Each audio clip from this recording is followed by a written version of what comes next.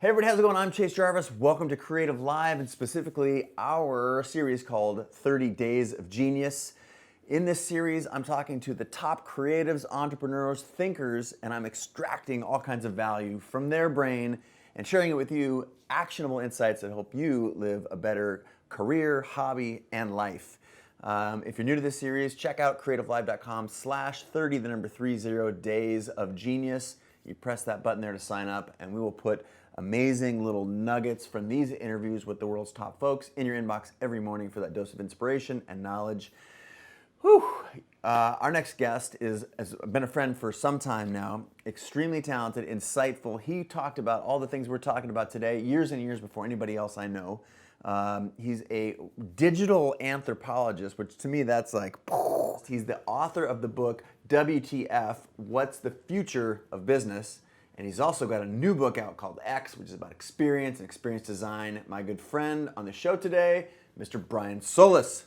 What's up, buddy? What is up? We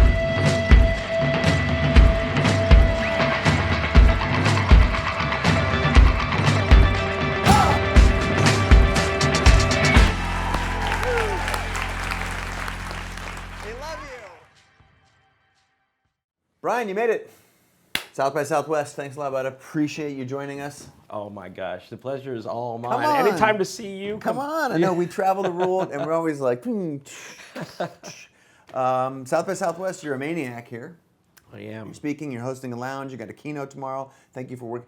The times are, I've keynoted at South by twice, and I just basically go in a hole before my keynote because I don't want to see anybody, I don't want to hear anything. I'm just like, and you're just out here, you're running the show. Well, you know, I'm trying to, it's all in the fight to stay relevant, right? Because there's a lot of really amazing things, and with social media now, everybody has a voice, and so for me to have to sort of compete with all of the noise out here, you gotta work a little bit harder. You gotta hustle. I was just talking with Mr. Mark Cuban. We're talking about how you can control the amount of effort you put in. There's a lot you can't control: the market conditions, you can't control the weather, but you can control how hard you hustle. And certainly South by does define the hustle, man. We're all, and there's a fair bit of partying that goes on at night. I'm trying to stay like, so I can get a good night's sleep. But so give us a little bit of background in, so analyst, you know, the audience for this show is creative entrepreneurs, solopreneurs, freelancers, people who have a penchant for creativity. They either consider themselves creative or want to be more creative. And the reason I wanted you on the show is because you provide insights about the future. You help people see around corners, and one of those corners that I think is just a huge exclamation point, and we'll put your book all over this show. Bing, bing, bing, bing. X is about experience. So that's one of the things that I was hoping you could talk about. And why don't you give us like the background, the backbone, if you will, about what experience is and why our audience should care. Well, yeah, absolutely. One of the biggest things that I've found in my research is that customers are changing, people are changing, right? So it's the result of a lot of things, like technology, its impact on society, but also how we connect and we communicate. I mean, just think about Snapchat or think about Instagram and or Uber or Tinder, right? All of those things are rewiring your brain to, whether you know it or not, to expect things differently, to do things differently. And what they're all teaching us is that the world literally revolves around us. I call it the ego system. And that we're becoming accidental narcissists because these things, you want a car, it'll be here in 4 minutes. You want to find a date tonight, swipe right, swipe left, you know, it's all now. And so it's all now and it's all you. Exactly, it's all you and or me. Yeah, all me. And what I've found is that they want experiences. They don't just want products. They want experiences where they're the center of this universe. And businesses that create products and support those products the way that we did 30 years ago does not work anymore for today's customer. What's an example if you think something that doesn't work and like the old way of supporting those things? Talk about that for a second. Like what's broken? iTunes is a perfect example, right? Here's something that completely disrupted the music industry, and now it's been completely disrupted by Spotify. Or Sonos, one of the hottest speaker systems on the planet. It's getting disrupted by Amazon Echo. So the infrastructure of those products and how you support and sell and make them relevant, or how you innovate, is now got to be much faster, much more plugged in. And the whole idea of anthropology and sociology and psychology, social science, has never been more important, even data science, because now you can understand people and design for people. Yeah, The way I think the vernacular around design and experience design, we'll talk about your book in just a second. To me, that the vernacular has just accelerated so much, not dissimilar to the actual processes and the way we think and act and behave and expect. One of the things that I always have grappled with and fought for is that the people who come in contact with me as a photographer, prior to starting CreativeLive, and even especially now with CreativeLive, is what it feels like the first time you come in contact with some content that I've made, one of my photographs, or the experience of using CreativeLive, and how is it different? How do you stand out? And I think a lot of people who, we're 3 minutes, 5 minutes into the show here, it's like, I want to tell them how it relates to you, and it is everything. It is what differentiates you from all those other people. You want to stand out. Certainly, you have to be great at your craft, but you have to be better at creating the experience of experiencing your craft. Like, Right. how do you experience Chase or CreativeLive or Brian or any of y'all's business out there? So give me a little context around that, if you will. How can it be a differentiator for people, and what is experience and experience design? Yeah, I mean, I'll geek out for as long as you want on this subject. This is going to sound really trite, but I promise you that this is. I had to think about what is an experience, and believe it or not, that's a very hard question to answer. This book took 3.5 years to write, because one of it is getting down to the essence of what makes an experience possible, and then how do you ironically make a book a good experience about experience design, right? And so our friends at Mechanism, love those guys, Jason Brennan. Yeah, they helped me for the last several years patiently thinking this through. An experience, turns out, is an emotional reaction to a moment, right? And when you put those together in a series, right, that the sum of that is what the experience is. So if you think about, we'll just in the context of business, if I hit your site, if I see some marketing, if I talk to a representative, if I have a problem, the experience that I have is the result of all of that, right? And so we leave that to chance today. We just come up with the brand, and we come up with great marketing, and we try to optimize our site design, and we have a contact center, or we have human or fake human interaction. Press, I can understand your voice. Tell me what you're trying to do. We do everything to get away from people. But companies like Disney or Apple or Nike, they're very intentional about every moment of truth. They want you to feel and react a certain way. So when you start to treat it like an emotion, imagine now if you know that this is how you react to CreativeLive, for example. What if I then started to plug into how you're changing, your aspiration? What are you really trying to do? What can't you do today? And I start to take that into experience design and then apply it in everything that I do. By design, people feel great. People love it. You're helping them do something, and they might not be able to put their finger on what it is, but they will absolutely love it. And there's a quote that inspired me to get into experience design, because there's the experience design buzzword, but yes, but then there's experience, right? Raw human emotion. And it was a Maya Angelou quote, which was, people will forget what you did, people will forget what you said, but they will never forget how you made them feel. And that was, wow, that's exactly it. The fact that I can't find a common definition of experience or how to create one is ridiculous. So that's what one of the reasons it took so long to design the book. But it's a very critical and powerful differentiator. And that's the thing, that if you're sitting at home and you're trying to figure out, there's how many photographers out there, how many designers, how many people that are making beats in their basement, trying to get their music on the radio, or trying to get their music into the next commercial or whatever. And creating and crafting experiences and thinking that through, what is it like to experience my brand or your brand or your brand, or I'm looking at all the cameras here, and so do me a favor and tell these kitchen counter entrepreneurs, solopreneurs, freelancers, tell them how to think about it. Well, I'll tell you a quick thing so that we put it into context, and then how to think about it will follow. I was watching the Grammys, and someone next to me, after watching Lady Gaga's performance, said, what a talent, right? I thought about that. Maybe I overthink things too much, but I thought about that, and I said, if you go on YouTube, you could spend the next 24 hours finding talent. There's amazing people all over the world. People, yeah. What, and in a million disciplines. Too. You Yeah. can be a talented farmer, you can be a talented Exactly. juggler, Exactly. surgeon. So what makes her a better talent than someone else? And she's an experience. She's not just a singer, performer, songwriter. She is an absolute experience, and she's designed the Lady Gaga experience, right, and built a business ecosystem to support it. So how does that relate to everybody? And one slight diversion before you Yes. had a. So I had the opportunity. I endorsed Polaroid with Lady Gaga.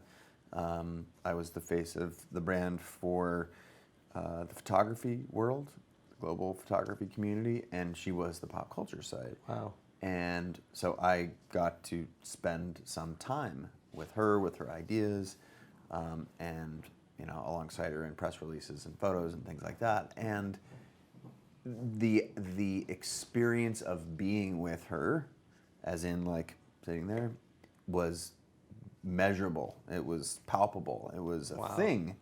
And so your point about like the performance in a 2D world where you're looking at a screen or listening to some audio or whatever, the experience that your friend got watching the Grammys, it's not lost. In fact, it's amplified in person. So it's very much crafted. So rubber stamp validation. Yeah. Now back to you, I found Bob. myself just listening. Keep going. So, but what does that mean if you're not Lady Gaga and you're Sally designer, Right.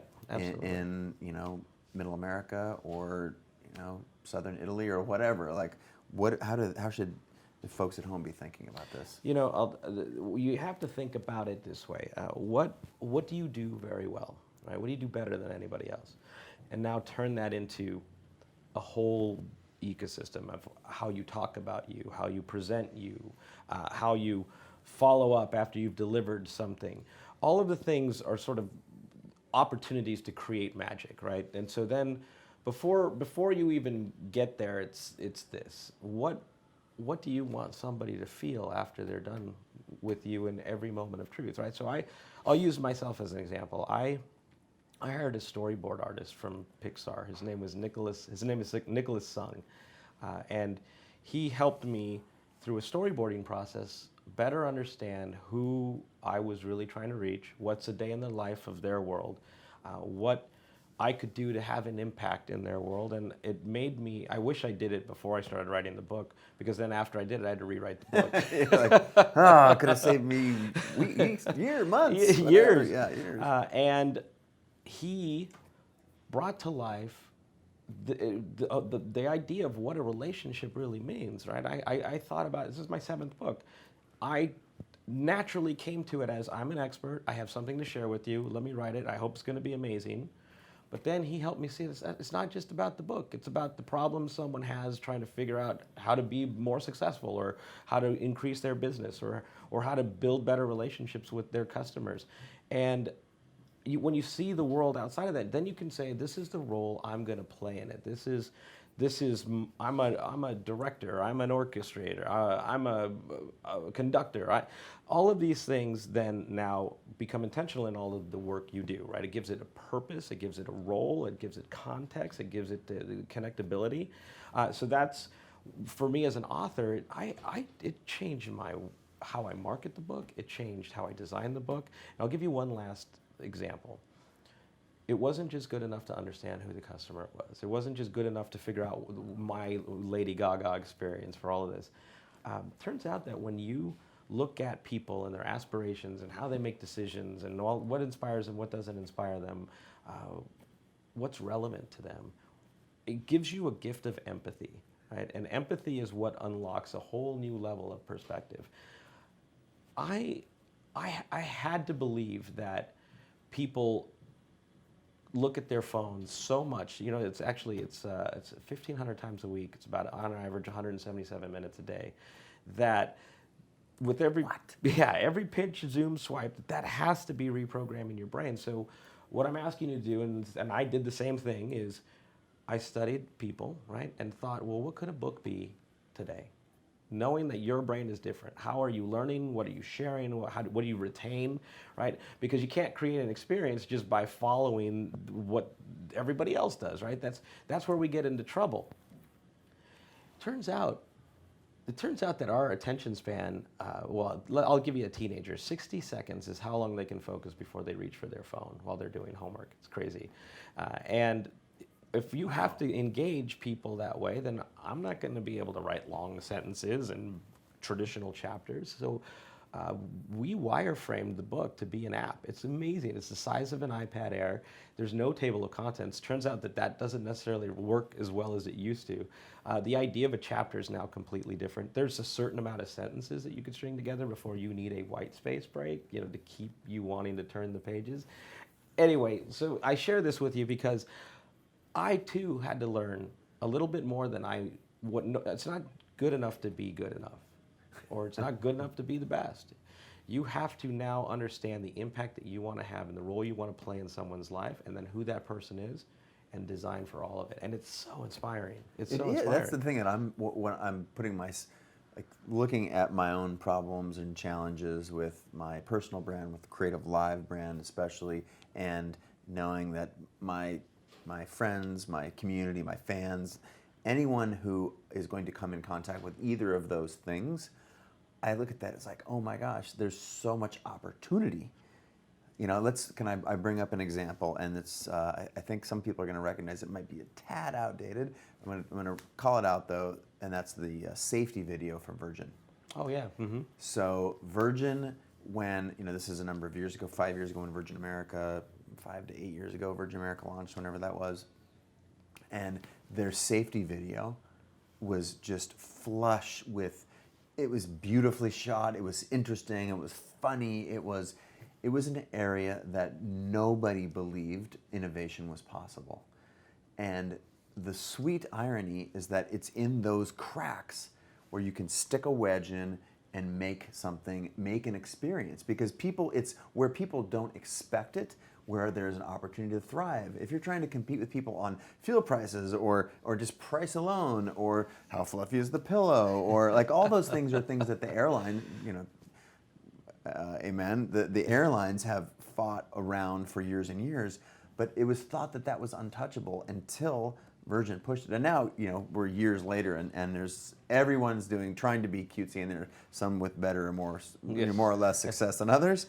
But when I think of anyone who's listening to our talk, I keep going back to the fact that what's the safety video in your world? Where are people not expecting to have an amazing experience, and how can you give them something there? And if you think about that spectrum, there's so many touch points. Yeah. So talk to me about touch points, freelancers trying to shape their business. How can they be different and better? That is so. You just blew my mind, because that's exactly what this is. Do you know that as a digital analyst, there's no shortage of innovation in this world, right? But the thing that I find incredibly unappreciated is that innovation rarely starts with the technology-first approach, right? It's always because someone saw something differently, right? Like the airline safety video. Mm-hmm. I don't know if you use Microsoft Word, but we click a 3.5-inch floppy disk to save a file, right? And you and I know what that is. Yeah. There's a whole generation that just thinks that's a save icon, right? Because they don't actually know what that is. And it's little things like that. We have to remember that the way we see the world and how other people go through the world, everything's open for opportunity today. Or the remote control is an example I tell in the book. I wanted to know what happened. Why do we have a remote control in a world of this, right? All of these fantastic televisions, and they all ship with a remote control. It's like what, I don't know, what, they're all different. It's because nobody stopped to ask why, right? And I think we just need to ask more about why, or what if, instead of no, we possibly can't. The average remote control has 70 buttons on it, and for the course of 60 years, they've gotten progressively worse because they just take the latest technology and bolt it on, right? And we tend to do that with business. We tend to think about the process. We look at our competitors as being people in the same market, right? But what Virgin did is they looked to Hollywood to be inspired for their airline safety video, and boom, they changed the game. Imagine if they thought the same way about their contact center, right? Because you have a great safety video, you've got a delicious airplane experience. Oh, yeah. You have a cool airport lounge experience, but then if you have a problem, everything unravels, and everything you thought about version is now gone, and it has to either be rebuilt or it's lost, right? And so you have to think about your business experientially, very holistically, very too. holistically. And it just turns out they do a great job on so many spectrum, which is why they came out of nowhere to really disrupt the airline industry. Remember that you used to be able to shop for things, like you could see all of the prices at once? Yes. As opposed to just like clicking through, is like, this my right price? No. Do I want a smaller seat? No. Do I want a bigger seat? Do I want to fly on Tuesday? You just they lay it all out there. Here's what Monday through Friday looks like. Here's first class to cattle class, and here's top to bottom, big seats to small seat. And you're like, I want this price point, this seat, this day. Nice and easy. So, it's so powerful. Well, think about a parking sign, right? They're the most impossible thing to understand or read, especially in the context of that moment. I got to move my car. Can I put it here? And every aspect of that, those are touch points, right? So your business touches people. How do they find you? What happens once they connect with you? How do you get them to come a little bit closer to you? What do you do afterwards to keep them coming back? The best place to start right now, even before you get into experience and what do you want people to do, is just, why don't you find the friction? Understand that people are different. There's a lot of great free research. I publish great research. You don't even have to buy the book. But where would they go to find your free research? BrianSolis.com, and there's or SlideShare. My name, slideshare.net/Brian Solis. I publish it all for free, and it'll just tell you about the nuances of the customer, of which is the floppy disk. I always thought about it this way. When you think about it differently, you have a safety video, right? Some of the questions I ask is, what's the point of a website in 2016? Right? It's not what it used to be, but yet we still design with 1995 principles. And in the Virgin America example, they just as a brand new airline overhauled their entire website very young because they realized what you said experientially. It's the parking sign. What are people trying to do? Design for humans, right? You just have to understand how humans are different today. Take the friction out of the journey right now. That's the easiest place to start. And then once you see the friction, once you feel the pain, once you start to feel the opportunity, what could you do better, right? Starbucks doesn't look at other coffee companies for competitive inspiration. They look at PayPal. They look at other financial mobile payment companies for inspiration. We've had so many people, as a part of this series, say that innovation and the best ideas come from outside the area that you're working in. Right. So talk to us about that. Give me some examples and maybe either theoretical ones or actual tactical ones where people are looking outside. I'll use myself just to plant the seed. My inspiration from a career perspective was looking at the artists in New York, specifically in the 60s, 70s, and 80s, because they were reinventing what it meant to be an artist and what art was, and then telling stories about that experience. So I'll use Warhol. Took the Brillo boxes off the shelf of the grocery store and got them into the gallery in the museum, and then called that art, and then made a life, a living, a brand out of recognizing or pointing at the absurdity of all of that conversation. And in photography, I started taking pictures using really interesting technology and then telling stories behind the scenes. There was the word behind the scenes video didn't exist. And I thought, wow, what if I could tell a story using the model of artists in the 60s, 70s, and 80s about what it meant to make art and how that art was being radically changed. What does it mean to be a photographer? Well, it's not just about being able to take a good picture. It's about being able to tell a story about taking a good picture. Right. And it's about being a technologist, and it's about being, many, many, many hyphens. So that's my particular story. Right. Give me some first principles or some tactics around how others should think.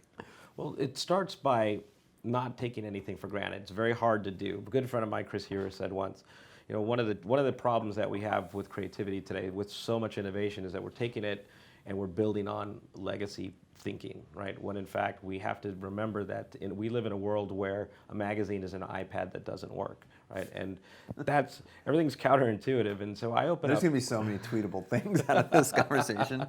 I love it. And he says, we often tend to think creatively by thinking outside of the box, right? That's our mental way to think differently. But he says the problem with that is that all you're doing is putting yourself in another box because you haven't changed the rules, right? Yeah, literally the rule changing, that's the thing that I love.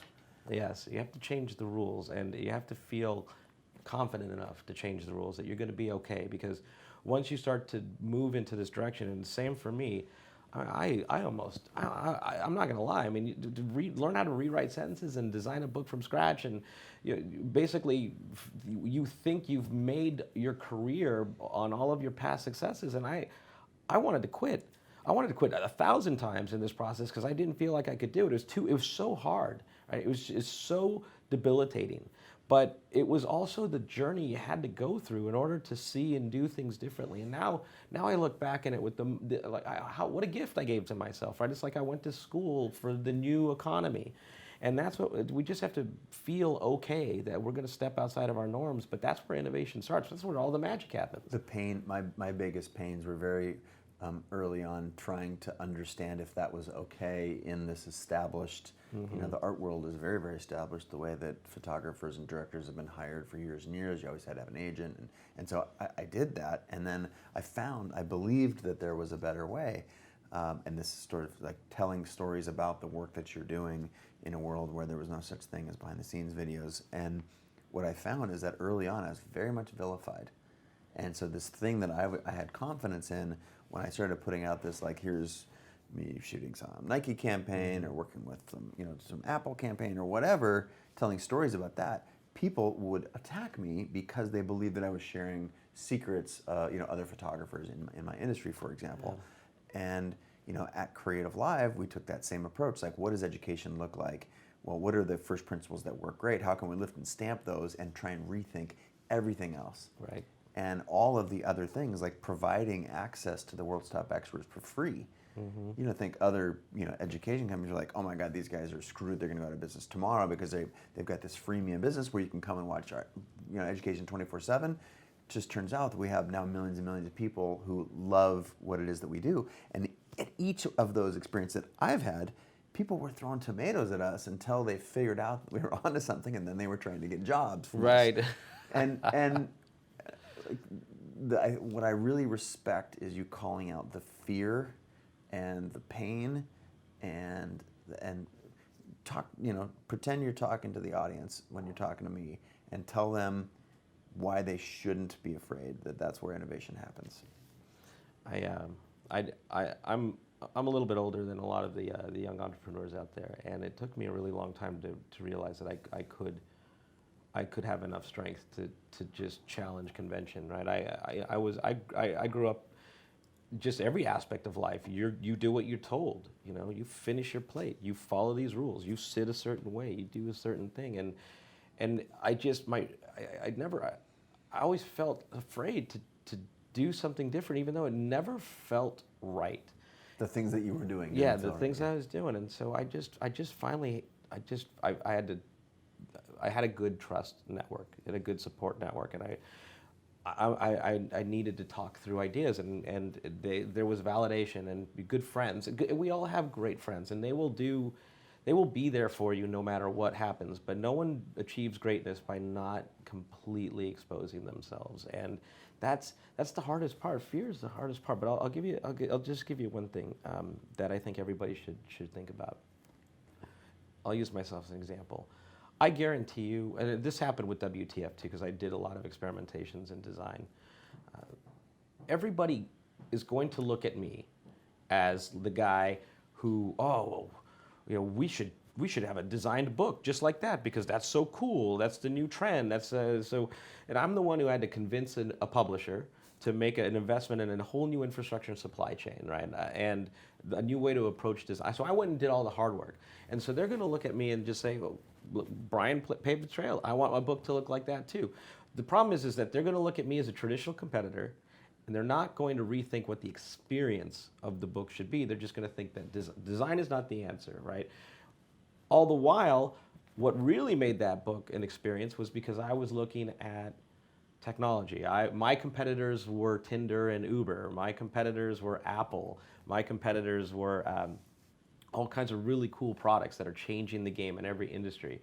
My competitors were Ralph Steadman and Hunter S. Thompson because of what they did to journalism. I needed to look at people who just broke the boundaries. And there's just this magical video, and I use that word a lot because I love the word magic. I was just so inspired by stories like why Walt Disney invented the storyboarding process for Snow White. I was inspired by Steve Jobs when he returned to Apple and getting completely ostracized by the audience of like, what makes you think you're going to be able to turn this company around? They just wanted to go back to the Apple II and that whole framework, and he sits down and he's speechless in this one video that was just surfaced recently, and this also inspired the book, which was, I can't design Apple products based on technology. I want to design Apple products that, number one, make you feel and do amazing things, and two, that change the entire paradigm. And he said, you have to start with the customer experience before you do anything, and what that experience is supposed to be. And that was like, man, yeah, so that's my advice. You got to look outside, and you have to be inspired by the people who break the rules, because they're like you, and you get strength and confidence in knowing that there's a framework, there's a pattern out there, and we can all do this. That's one of the things I love about the community that is around this ecosystem, these talks, is that you get insight into other people and how they are managing, so you feel like you're not alone. You see some renegades that are doing great stuff, and certainly some dolts that are doing everything wrong. And you get to, when you participate in a community, that's one of the reasons I say do something instead of nothing, lean in, be a part of the conversation, is because you get so much more value by seeing everything that everyone's doing along the spectrum. Some people being very, very successful, and the tagline that I use is be different, not just better. Yeah. And it's in that sort of different thinking. That's the Apple slogan, right? Think different. Yeah. That I've personally seen so much success in the community. I want to switch the sort of focus. I'm trying to earmark a couple of things right now. You clearly have a framework for your thinking. You're very analytical. I mean, that is, you call yourself a digital philanthropist, digital analyst. So what are some tips that you, Brian, do differently than some other people? Is there something, can you underline something that you think you do differently than other authors? And again, I'm hoping by extension that people can look at that and say, oh, this is my different thing, the way that I could attack a certain problem. So yeah, absolutely. What's your sort of, what's it called? Your my magic, je ne sais quoi? Yeah. What's your je ne sais quoi? It is that as a digital analyst, I am supposed to cover technology and write about technology. Then I'm supposed to write about how businesses are changing because of technology. What makes me different, and what I hope inspires you to think differently, is I didn't become a digital anthropologist because that's what I wanted to be when I grew up. I became one because I had to, because the relationship between technology and business, just because this is what businesses are doing, doesn't mean that that's what we're all supposed to do now, right? And by the time you execute what you've read in my research, is late. So, as a digital anthropologist, when you study the impact on people, how that changes people, decision making, what do they align with, what do they value, you start to well, first your mind gets blown. Yes. But then second, whether you know it or not, you're touched. You will never look at things the same way again, and it now starts to make more sense. And not only it doesn't just explain what's happening, it starts to show you what's possible, right? And this is why you see disruption everywhere, because they're starting to recognize patterns of people differently, unlock opportunities, hit it. Once they taste a new thing, right? You think about Uber. Do you think how many Uber users go back to taxis? We literally last night we were calling an Uber and we're like, there's a taxi right, like literally sitting right there. I'm willing to take you anywhere. And we're looking, it's busy South by Southwest. They're like, oh, it's gonna be 6 minutes before a cab. And we walk up to the cab and we say, hey, we're gonna like get in. And he's like, well, first, where are you going? Yeah. And I literally told my crew, I was like, it doesn't matter that if he's sitting right here, like he wants to extract as much money as he's like, oh, you're going to cross town, that'd be $28 instead of running the meter. Yes. It's like, no, I'm not going to fucking do it. Like later, you can just sit there and I'm happy to wait 6 minutes because I have grown very, very accustomed to transparency, authenticity, being able to just be aware of the things you want to be aware of when you're Right. trying to get someone to drive you somewhere. That's right. I mean, and one of the things that Uber does, and Airbnb does this too, is they are intentionally investing in experience design, not just from a technology standpoint or payment innovations, but also they're bringing the drivers to a standard of which this is the Uber experience that if you want to be our driver, what you impart. This is why you see Waters. This is why you see even Uber X is getting out and open doors for you. And it's something that'll get better over time, but you're operating against a standard. This is the experience. France, I will use Paris. I lived in Paris for a number of years, and the taxis in Paris, if you think they're bad here, notoriously horrible. Like, oh, where do you want to go? I want to go La Défense, s'il vous plaît. No, there's not no. possible. Like, and they're like literally just because they don't want to drive over there because they live over there or whatever. Like, no, and then they'll just roll their window up and we'll talk to you. I'm like, oh my God. And the last time I was in Paris, just earlier end of last year, Uber is just dominating there. Yes. It is like the service is impeccable.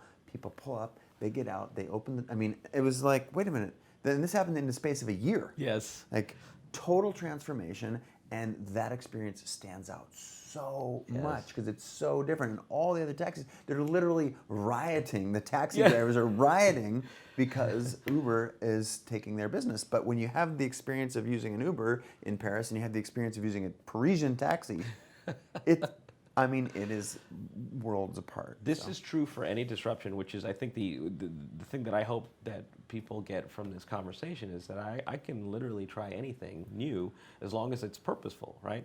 And that was intent. In fact, Uber was invented because they couldn't get a Parisian cab because there was just a little bit of snow in Paris, and they all taxis just stopped.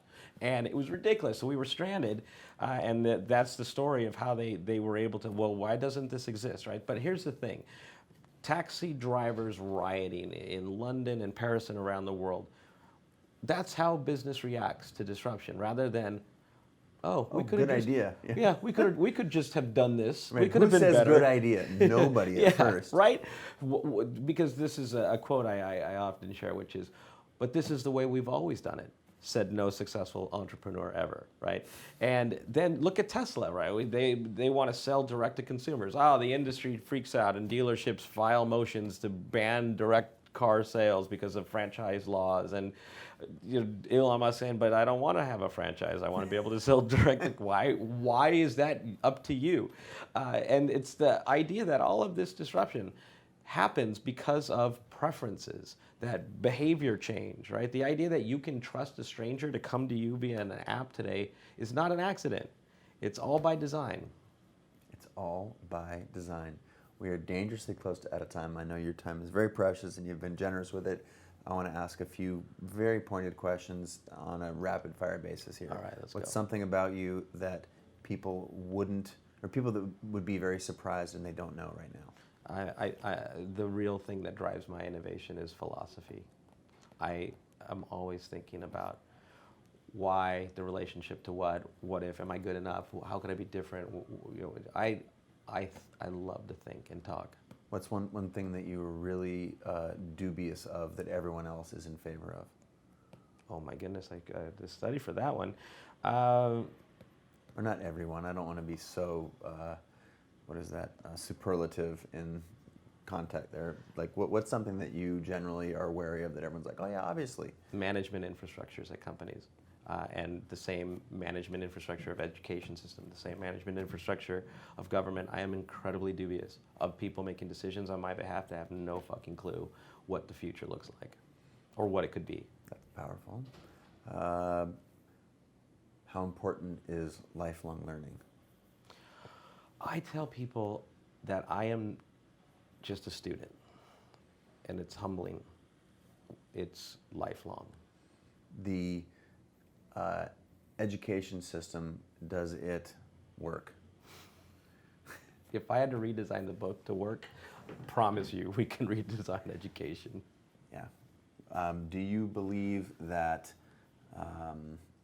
VR is,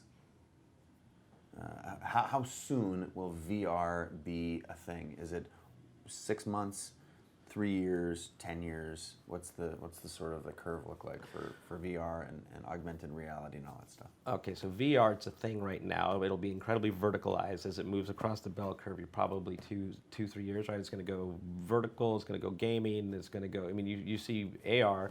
You see the roller coasters. Now, I don't know if you've seen this, but there are physical roller coasters, but you wear the VR helmet. And as you're going through the roller coaster, you are flying a spaceship and fighting aliens. It's pretty wonderful. So you're starting to see it now. And I'll send a shout out to Scully. I have an augmented reality motorcycle helmet that has a heads-up display. It has speakers, Bluetooth, voice control, cameras. I met that guy on Friday night. What's his name? Marcus. Yes, I met Marcus on Friday night. Yes. Wow, yeah, fascinating. It's here now. Wow. Seriously? Yeah. I've got it. I ride that. I will never ride with the normal helmet again. I promise. I got it.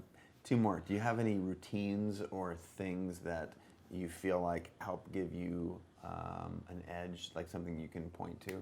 Is it whether it's meditation or eating healthy or hanging upside down for 10 hours on Sunday with a pizza? Like, do you have anything that you specifically do that you think other people would benefit from? I'm going to just be honest. I'm trying to get an answer to this question. I'm having a really hard time with all of the technology, keeping up with all the communications platforms. I'm having a really hard time. So I am in the moment trying to sort out some new best practices for me to get a handle on everything. There's so many. A friend of mine, you may or may not know Gary Vaynerchuk. Oh, of course. Has been attacking me for relentlessly for a year about Snapchat. Dude, you're an amazing storyteller. What are you doing? Boom, yes, boom, yes. boom, boom. Turns out there was a squatter on my name. Got my name back, and that's just another one. Now I love it. It's just fantastic. But I'm like, now my poor Facebook and all the other platforms are suffering, and I have support. There's people in this room who help me every day make and share content. I too feel overwhelmed, and I personally love the feeling of being overwhelmed because I'm not necessarily judging like this one sucks now and this one's awesome, and I know that I'd like to be able to sample all of them, but I do feel overwhelmed with the ability to what works for me, and I like that you said what works for you because what works for someone else is probably going to be slightly different. Yeah, it's good to know that you're overwhelmed. What's a thing that I haven't asked you today in time we've spent together that you wished I would have, or that you could, if you could throw a word in here right at the end, what would it be? The question would be, what are you going to do next? And the answer to that is, topically, I'm going to focus more on innovation and not on technology, how people change their situation, right? So how do you see things differently? How do you change in a big company? How do you change a small company? What's the process for innovation? Just like I found the process for experience design, what is the process for true, honest, relevant innovation? And at some point, I'm going to try to apply that. I hope I win the lottery so that I can have the resources to do this. But how do I take what I just learned and figured out and force change in government, education, healthcare? Thank you so much for helping us see around the corner. I find that the people that have influenced me the most have that gift, are very, very articulate like you are at sharing it, and I'm very grateful for your time. I know you got to bounce. Thanks a lot, brother. Appreciate it. Thank you. Brian Solis, everybody. And stay tuned for another episode where there's going to be someone who is almost as awesome as Brian. It's got to be right on the tails of this thing. Thanks a lot, everybody. Have a great day.